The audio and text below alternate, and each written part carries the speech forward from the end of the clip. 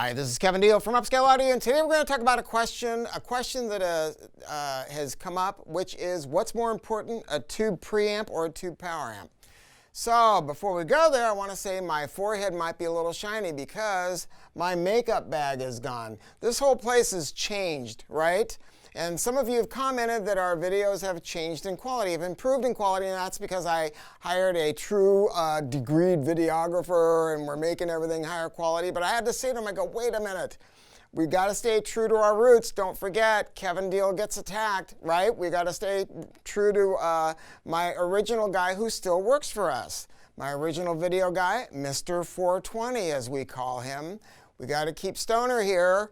You know, don't want to get too slick. You know, I want this to be fun. I don't want it to be polished too much, you know. So, and I also want to say thank you. I was looking in today and I looked at the number of voicemails and I was mortified because it was only like 11 in the morning and 10 people left voicemails because it has been busier than stink. And it's been a challenge because of COVID. Everyone's doing what they should be doing, right? You shouldn't be watching the news, you should be listening to tunes, but there's been a lot of supply problems, and that's how I spend my day right now, trying to get you stuff.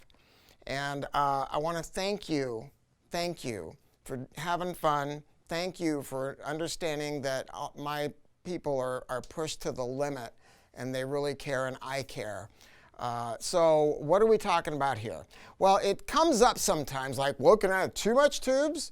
What's more important, a preamp or a power amp? And I go, okay, look, you got to remember when anybody's answering these questions for you, you know, are they trying to sell it, right? And my whole thing has been, of course I'm trying to sell stuff. I'm not going to be silly about that, but by the same token, I don't want to be disingenuous about things, right? I mean, if I was just selling it, I would give you the answer that would make the most money, and I would say, oh no, get a tube preamp. That's the most important part. That's selling it. But Kevin's not about selling it. Kevin is about telling it the way it is. And a tube preamp can be an amazing thing that can really bump up the performance of your system. But I got to also tell you that, look, I mean, look at guitar players, right? Guitar players any really good guitar player is going to talk about a Vox, you know, AC30 or a Marshall, or, you know, they're going to talk about having a tube guitar amp. They're not going to say, no, I really want to get the right tone from my guitar, so I'm going to use a tube preamp along with a solid state amp. It doesn't work that way. You know, there's all kinds of new guitar amps that are called modeling amps, where they can mimic the sound of this type of an amp or that type of a tube amp using, you know, all kinds of DSP processing. But the hardcore guys, they laugh at it. They laugh at it, they go, oh God, you know, it's gimmicky, it's fun, but it ain't real, and that's the fact. And so, you know, the reality is, especially for some of my older customers, there's some people that are just afraid to get into tubes, and I just want to say to you, it is a short ride on this planet. And if you get a tube amplifier, it's going to change everything that you think you know about listening to music. There is something about having some glowing EL34s or whatever it is, whatever the output tube is. You know, you come home and I turn them on, I flip the switch, and all the emails just go away. All the bullshit, the traffic, the news, it all goes away. But you know, if you can't do it, and there's no reason you can't do it, but if you can't do it, yeah, absolutely. You know, a tube preamp can make a big difference in your system, and tube preamps come in a few different flavors. You got to be kind of careful what people think they're adding tubes by getting. There's an integrated amp that, thank God, I think they maybe stopped making them, that had a little tube in the front window, right? And it was an okay amp, but it was really a switching amplifier. And they put the tube in there to just make you feel better. And it did not make it a bad amp, but you're really kidding yourself. You know, and people would say, oh, I want to upgrade the tube in it, and they'd spend $100 on a tube, and then they would call and complain and go, I put this $100 tube in there, and it doesn't make any difference. That's because that tube is a buffer. It is not doing anything. When you push the button that says tube or no tube, it runs the signal through the tube, but it's not doing anything at all. So in a preamp, now you've got a few different ways of doing it. In a preamp, thank God right now, I don't think that there's any preamps being made that have a tube in them that's a fake tube. I'm not aware of any, but there may be some. And then you have hybrids, and hybrids can be very, very good. A hybrid means that you might have a pair of tubes for voltage gain, and then you may have some FETs or something similar to that to lower the output impedance of the preamp. And that's a good way to go. And hybrids have been made over the years. There's been some pretty good ones. The original Audio Research SP9 was a pretty good one. And then they went to the Mark II and they kind of screwed it up. The original one sounded better. And then there was the SP11. That was a pretty good one. They all do, they can sound really good. I would have to say Sonic Frontiers, SFL1, the SFL1 Signature, it was pretty good. All of them had a similar characteristic to them in that, yes, they had some tube flavor.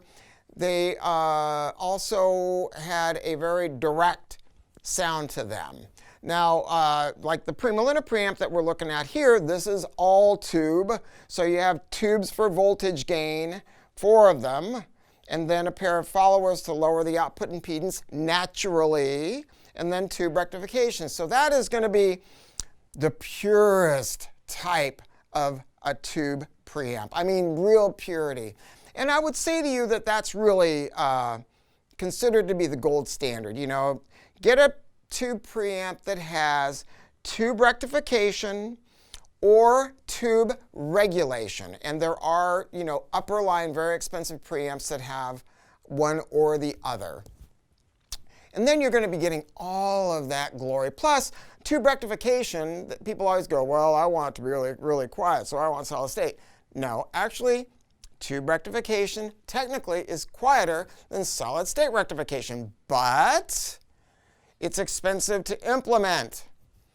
Solid state rectification is a diode, right? 10 cents. I mean, it can be done for nothing.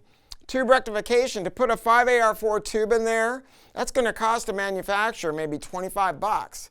Now you'd say, $25, God damn it, this preamp cost $9,000, big deal.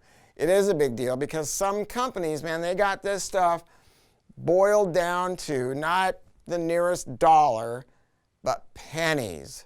And that is the unfortunate truth about big business when they get into high-end audio. They look at it as a business. I hate it when bean counters get involved in stuff.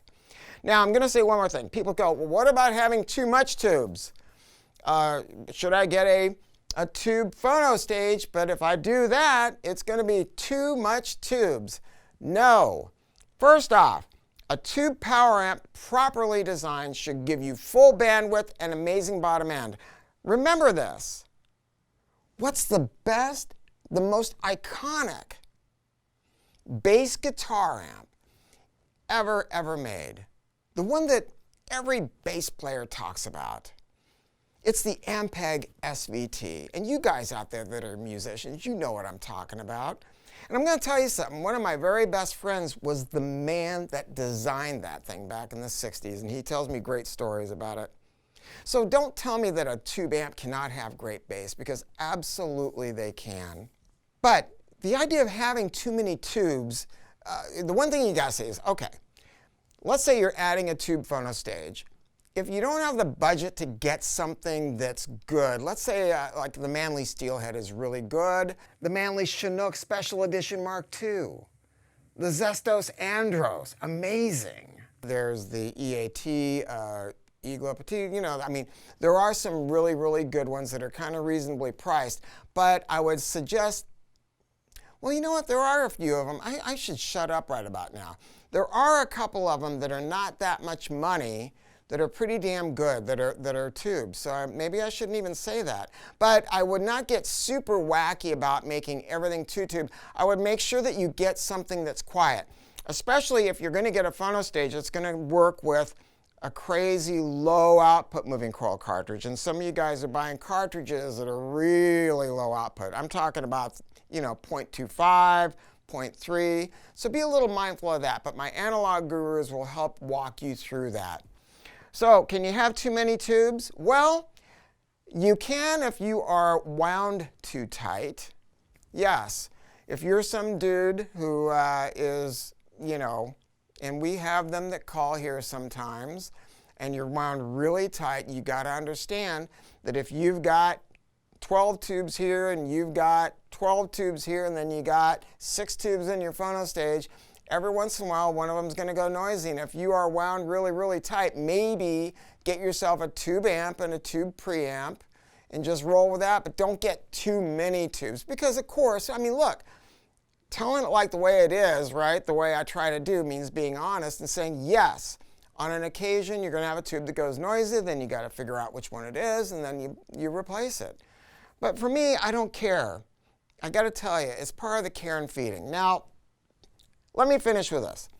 Now you're going to say, Kevin, I know you just bought a new house and you bought some new speakers, and I know that you are using an amp that is a hybrid. Now, that is true. But the amps I'm using, look, I bought my new house, right? And when I saw this place, I got to tell you something.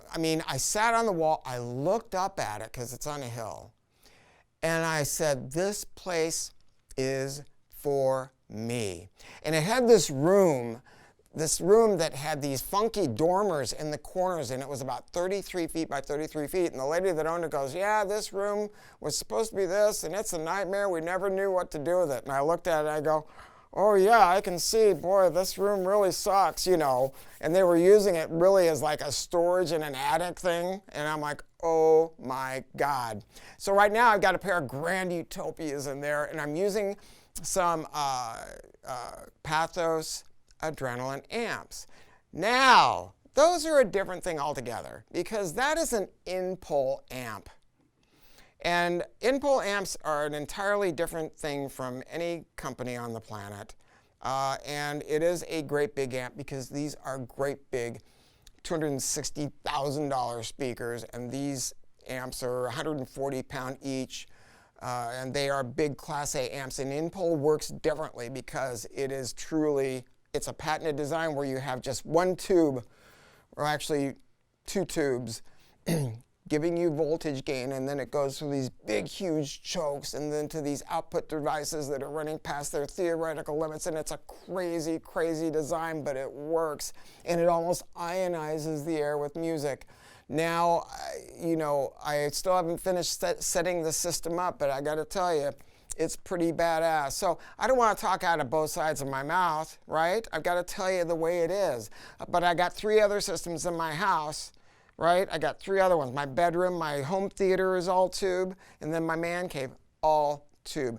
I love it. So look, check out our website, and when we open back up, you can come to our beautiful store here in Southern California, and my folks are not on commission. I don't want that vibe.